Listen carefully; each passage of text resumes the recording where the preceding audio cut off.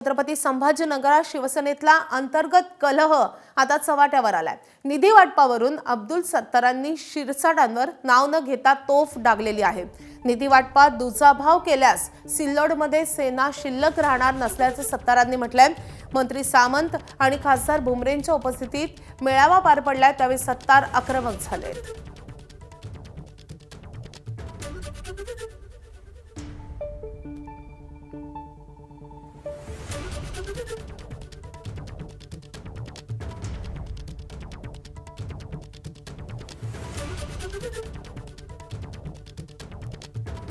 तर एका जाहीर कार्यक्रमामध्ये ही खतखत अब्दुल सत्तारांनी बोलून दाखवलेली आहे आणि यामुळे संभाजीनगरामधला शिवसेनेतला अंतर्गत कलह समोर आलेला आहे।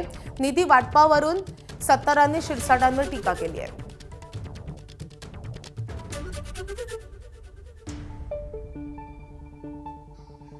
पालकमंत्री उद्धव साहेब असतात ना, ज्या वेळेस म्हणजे की मला काही कळत पण त्यांनीही कधी आपल्यावर अन्याय केला नाही। पण आज आम्ही आमच्या पक्षामध्ये लोकांच्यावर अन्याय होणार याची कुठेतरी नोंद तुमच्याकडे व्हायला पाहिजे।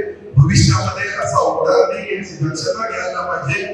की जे सोयगावमध्ये नवरात्री सिल्लोडमध्ये आम्हाला सावत्रपेक्षाही वाईट वाटतो आणि ज्या ठिकाणी पक्ष जिवंत आहे तो कसा संपल याची तयारी चालू असेल तो खूप धन्य।